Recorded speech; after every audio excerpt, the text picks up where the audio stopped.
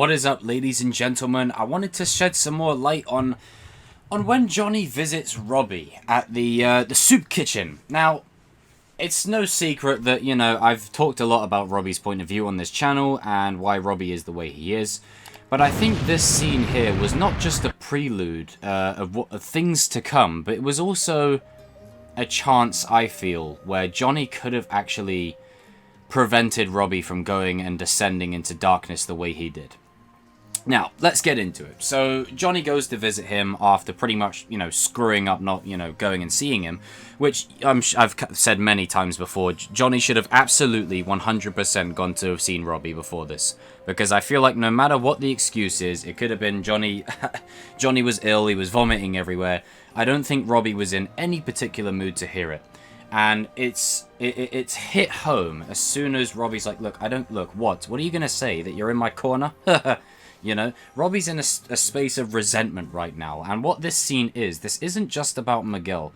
This is about the culmination of 16, 17, however many years, I think it's like 16, 17, 16 odd years of just anger and resentment, all piling up into one.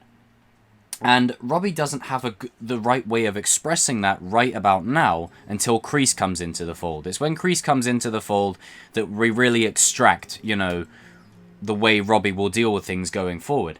But I feel like there was a lot of potential here for Johnny and Robby to finally have a consensus. And I think the moment that really done it for Robby, I think, was the minute after Johnny says, look, after the school fight, you and I, we were hitting, we were getting off on the right kind of track. And Robby perfectly puts it that we did have one good day, but it was over a month ago. Where the hell have you been? What have you been doing? And, something happened at the hospital. And obviously in Robby's eyes, he's like, okay, right, you've chosen Miguel over me again. But you have to look at it from the angle of, it's not just he's chosen Miguel over him again. It's that he hasn't had his father at all his entire life. And the minute a new kid, again, I've said a lot about Miguel and Robby's rivalry. And is it really a rivalry? But if you look at it at face value, Miguel is the son that Johnny's always, he has that father-son thing that Johnny has always wanted and craved. Miguel has the love of fair lady's heart, so to speak, for Sam, a person that, Robby definitely had that interest in. It feels like, at least for Robby's perspective, Miguel is exactly what Robby would have at least preferred for himself. And it's not just about Miguel and Sam, it's deeper than that. This goes years. This is years of just build-up and resentment piling up into this one moment. I've talked a lot about how when Robby starts to unleash on him in the dojo at the finale, but I feel like this scene gets overlooked quite a lot because it's more of a dialogue kind of one between two characters. And I think the moment that really sets Robby over the edge is the minute Johnny says, I'm not the one that put him in the hospital. And yes, that is true. And this is the only issue I have with Robby, is Robby not, owning up to, like, yeah, I'm the one, yeah, you're the one who did it, you need to really sort of own up to what you did. But as I've said a plethora of times on this channel, there is reasons why Robby is in that headspace, he's just suffered a complete beatdown.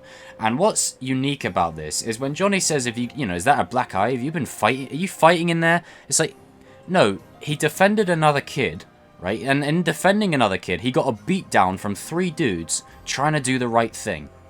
And this is where Kreese comes into the fold. The minute Kreese comes into the fold and says, hey, doing the right thing and all the Miyagi-Do stuff might score you points in a tournament, but it's not going to win you any points in the real world. And this scene right here leaves Robby prime for Kreese's taking.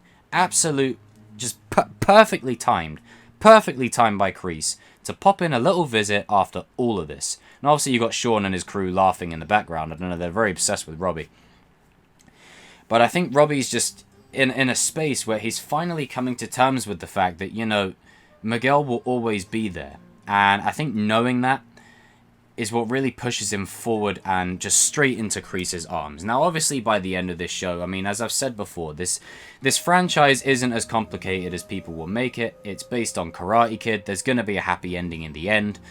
And yes, Robby and Johnny will be united by the end of it. I have no doubt in my mind. They have been teasing this since, you know, all the way since season 1 of Robby and Johnny. And I think someone commented, I'm not too sure who it was. Make sure you leave a comment down below if it was you. But they said that William Zabka's favourite scene from season 2 was the car scene where Robby and Johnny just sit down and have a father-son chat. And I feel like that is those little nuggets that have been placed throughout 3 seasons thus far will be paid off either by the end of season 4 or going forward into season 5 and beyond. As I've said, Robby's redemption is going to be the long-term thing. It's not going to be one that happens quickly. It's going to probably be where after the All Valley result, that's when you plant the seed and then you redeem him the following season or what have you. You know, there is potential there. Maybe he could fight for Miyagi-Do in the tournament, the same way Daniel did in Karate Kid 3. But I feel like Miguel needs a rival to go against who is equal to, if not, you know, currently better than he is. And I do feel like Robby is the only candidate for that. I mean, you know, Hawk is in that position too, but Hawk, you know, he's loyal to Miguel to the end. You know, his loyalty to Miguel is unquestionable. But that's all I have to say really on this scene. This scene here is just Robby just sort of embracing the inner Cobra within himself and just showing the disdain, the broken bond between these two characters. It's as I've said, you know, people look at it as Miguel and Sam. Yeah, Miguel and Sam are important to Robby and Johnny's story, but their story extends past those two characters. Miguel and Sam are recent. This is deeper than that. This is where have you been my whole life? And now you show up, and now you want to, you know, just keep promising that you'll be there for me, and you never do. You never keep your word. You never keep your word. It's the consistency. People like Robby need consistency to know, yeah, you're here for me. As I said, look at that scene when he sat with Bobby, and, you know, Johnny doesn't appear. Looks devastated. Absolutely devastated. He had hope for once that his father's coming for him. Nope.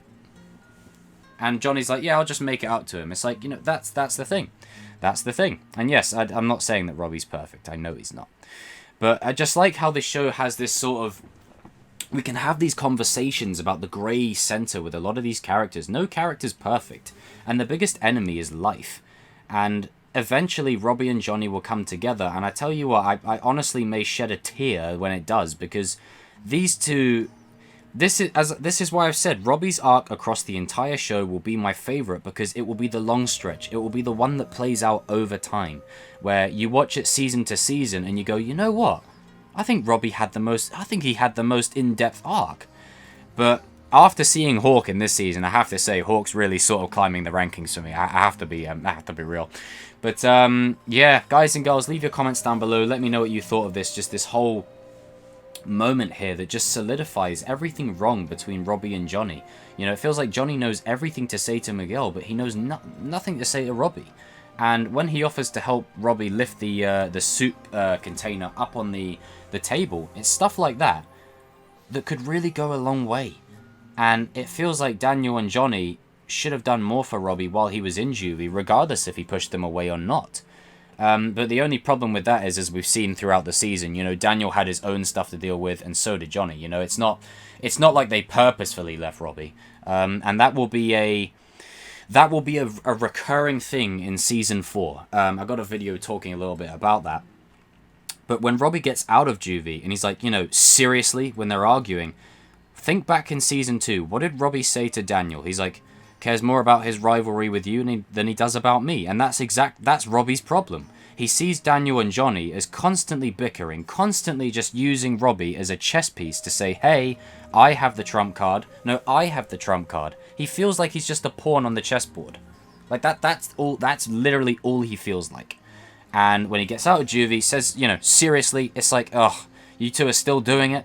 So then it makes absolutely 100% sense why he goes to Kreese. Kreese is the one who's probably going to say, look, these two have been bickering for God knows how long, but maybe we can get your dad back on the right track, you know? So, guys and girls, leave your comments down below. Let me know what you thought of this scene. And yeah, you know, we march forward to 6K subs. Long-term goal is 10K. Let's get it. If you haven't subscribed, make sure you do.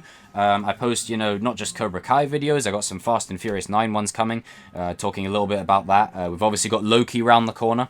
I've got a couple more on Falcon and the Winter Soldier in the works. You know, just giving some of my, you know, final thoughts regarding that show and everything that I enjoyed about it. So, guys and girls, leave your comments down below, and I will see you all in another video soon.